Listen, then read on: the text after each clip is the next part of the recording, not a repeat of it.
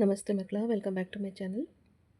ಇವತ್ತು ನಾವು 6ನೇ ತರಗತಿಯ ವಿಜ್ಞಾನದಲ್ಲಿ ಸೇತುಬಂಧ ಪೂರ್ವ ಪರೀಕ್ಷೆಯ ಮಾದರಿ ಪ್ರಶ್ನೆ ಪತ್ರಿಕೆ ಉತ್ತರ ಸಹಿತವಾಗಿ ನೋಡ್ತಾ ಹೋಗೋಣ. ಪ್ರಶ್ನೆ 1 ನೋಡಿ. ನವೀಕರಿಸಬಹುದಾದ ಮತ್ತು ನವೀಕರಿಸಲಾಗದ ಸಂಪನ್ಮೂಲಗಳಿಗೆ ತಲಾ 2 ಉದಾಹರಣೆಗಳನ್ನು ನೀಡಿ. ಉತ್ತರ: ನವೀಕರಿಸಬಹುದಾದ ಸಂಪನ್ಮೂಲಗಳು ಅಂತ ನೋಡಿದ್ರೆ ಸೌರಶಕ್ತಿ ಮತ್ತು ಗಾಳಿ, ಇವುಗಳನ್ನು ನಾವು ಮತ್ತೆ ಬಳಸಬಹುದು. ನವೀಕರಿಸಲಾಗದ ಸಂಪನ್ಮೂಲಗಳು ನೋಡಿ, ಕಲ್ಲಿದ್ದಲು ಮತ್ತು ಪೆಟ್ರೋಲಿಯಂ. ಇವುಗಳು ಒಮ್ಮೆ ಮುಗಿದು ಹೋದರೆ ಮತ್ತೆ ಸಿಗಲು ಲಕ್ಷಾಂತರ ವರ್ಷಗಳು ಬೇಕಾಗುತ್ತವೆ. ಪ್ರಶ್ನೆ 2. ನೈಸರ್ಗಿಕ ಸಂಪನ್ಮೂಲಗಳನ್ನು ನಾವು ಏಕೆ ಸಂರಕ್ಷಿಸಬೇಕು? ಉತ್ತರ: ನೈಸರ್ಗಿಕ ಸಂಪನ್ಮೂಲಗಳು ಸೀಮಿತವಾಗಿದ್ದು, ನಮ್ಮ ಮುಂದಿನ ಪೀಳಿಗೆಯ ಸುಸ್ಥಿರ ಜೀವನಕ್ಕಾಗಿ ಹಾಗೂ ಪರಿಸರದ ಸಮತೋಲನವನ್ನು ಕಾಯ್ದುಕೊಳ್ಳಲು ಅವುಗಳನ್ನು ಸಂರಕ್ಷಿಸುವುದು ಅತ್ಯಗತ್ಯವಾಗಿದೆ. ಪ್ರಶ್ನೆ 3. ಗಾಳಿಯಲ್ಲಿರುವ ಪ್ರಮುಖ ಘಟಕಗಳು ಅಥವಾ ಅನಿಲಗಳು ಯಾವುವು ಮತ್ತು ಅವುಗಳ ಪ್ರಮಾಣ ಎಷ್ಟು? ಉತ್ತರ: ಗಾಳಿಯಲ್ಲಿ ಸಾರಜನಕ ಸುಮಾರು 78%, ಆಮ್ಲಜನಕ ಸುಮಾರು 21% ಮತ್ತು ಕಾರ್ಬನ್ ಡೈಆಕ್ಸೈಡ್, ಆರ್ಗಾನ್ ಮತ್ತು ನೀರಾವಿ ಸೇರಿದಂತೆ ಇತರ ಅನಿಲಗಳು 1% ಇರುತ್ತವೆ. ಪ್ರಶ್ನೆ 4. ವಾಯು ಮಾಲಿನ್ಯಕ್ಕೆ ಮುಖ್ಯ ಕಾರಣಗಳೇನು ಮತ್ತು ಅದನ್ನು ತಡೆಗಟ್ಟಲು ಒಂದು ಉಪಾಯವನ್ನು ತಿಳಿಸಿ. ಉತ್ತರ: ವಾಯು ಮಾಲಿನ್ಯಕ್ಕೆ ಕಾರಣಗಳು ಅಂತ ನೋಡೋದಾದರೆ ಕಾರ್ಖಾನೆ ಮತ್ತು ವಾಹನಗಳಿಂದ ಹೊರಬರುವ ಹೊಗೆ ಹಾಗೂ ಪ್ಲಾಸ್ಟಿಕ್ ಅಥವಾ ಕಸವನ್ನು ಸುಡುವುದರಿಂದ ವಾಯು ಮಾಲಿನ್ಯವು ಉಂಟಾಗುತ್ತದೆ.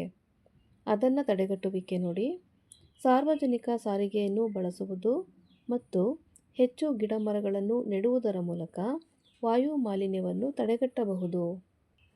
ಪ್ರಶ್ನೆ 5. ದ್ರವ್ಯದ 3 ಸ್ಥಿತಿಗಳು ಯಾವುವು? ಘನ ಮತ್ತು ದ್ರವ ಸ್ಥಿತಿಗಳಿಗಿರುವ ಒಂದು ಪ್ರಮುಖ ವ್ಯತ್ಯಾಸವನ್ನು ಬರೆಯಿರಿ.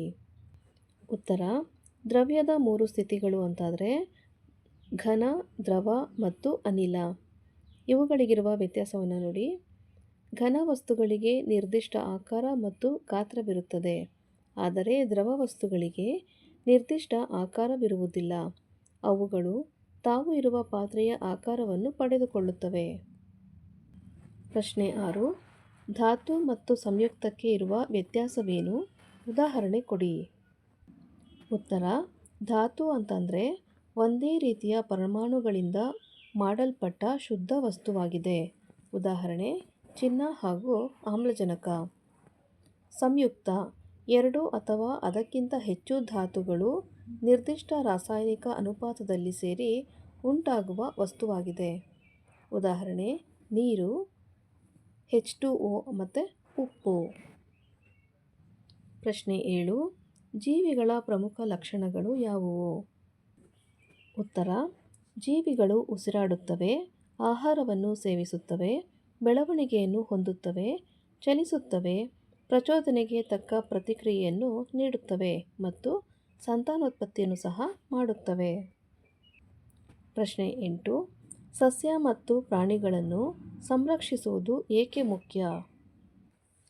ಉತ್ತರ: ಸಸ್ಯ ಮತ್ತು ಪ್ರಾಣಿಗಳು ಪರಿಸರ ವ್ಯವಸ್ಥೆಯ ಆಹಾರ ಸರಪಳಿಯನ್ನು ಕಾಯ್ದುಕೊಳ್ಳಲು ನೆರವಾಗುತ್ತವೆ. ಇವುಗಳ ನಾಶದಿಂದ ಪ್ರಕೃತಿಯ ಸಮತೋಲನ ತಪ್ಪಿ ಮಾನವನ ಅಸ್ತಿತ್ವಕ್ಕೆ ಧಕ್ಕೆಯಾಗುತ್ತದೆ.